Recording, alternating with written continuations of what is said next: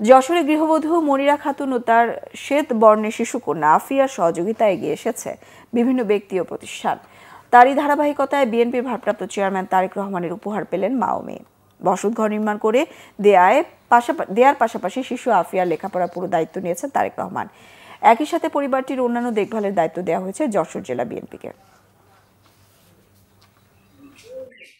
শিশু কন্যা আফিয়া দেখতে ঠিক বিদেশিদের মতো, আর এতেই যত বিপত্তি আফিয়ার বাবার।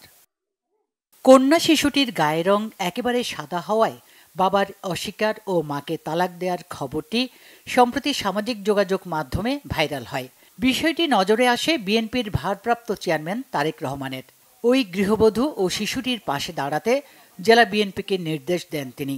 সম্প্রতি তাদের কাছে তারেক রহমানের উপহার পৌঁছে দেন দলের খুলনা বিভাগের ভারপ্রাপ্ত সাংগঠনিক সম্পাদক। রাজনীতির বাইরেও আমরা মানুষ হিসেবে আমাদের একটা সামাজিক দায়বদ্ধতা আছে।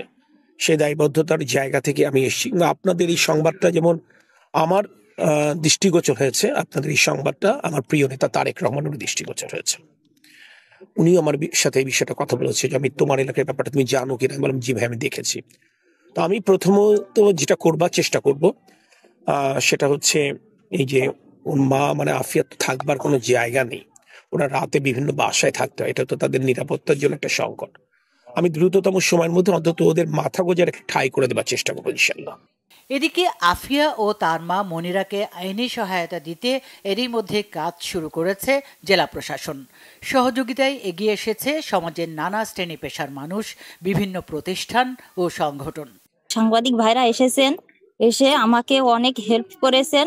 যারা যারা এসেছেন তাদেরকে অনেক অনেক ধন্যবাদ। যশোর সদর উপজেলার বাউলিয়া চাঁদপাড়া গ্রামের মোজাফফর হোসেনের সাথে 2020 সালে বিয়ে হয় একই উপজেলার কুয়াদা বাজুয়াডাঙ্গা গ্রামের মনিরা খাতুনের। 2022 সালের 13 নভেম্বর এই দম্পতির ঘরে জন্ম নেয় শিশু আফিয়া। শিশুটির গায়ের রঙের কারণে অপবাদ দিয়ে স্ত্রী মনিরাকে তালাক দিয়ে নবজাতকে ফেলে প্রবাসে চলে যান স্বামী মোজাফফর। এরপর থেকে মানবেতর দিন কাটছিল মা মেয়ের। Bangla vision news desk.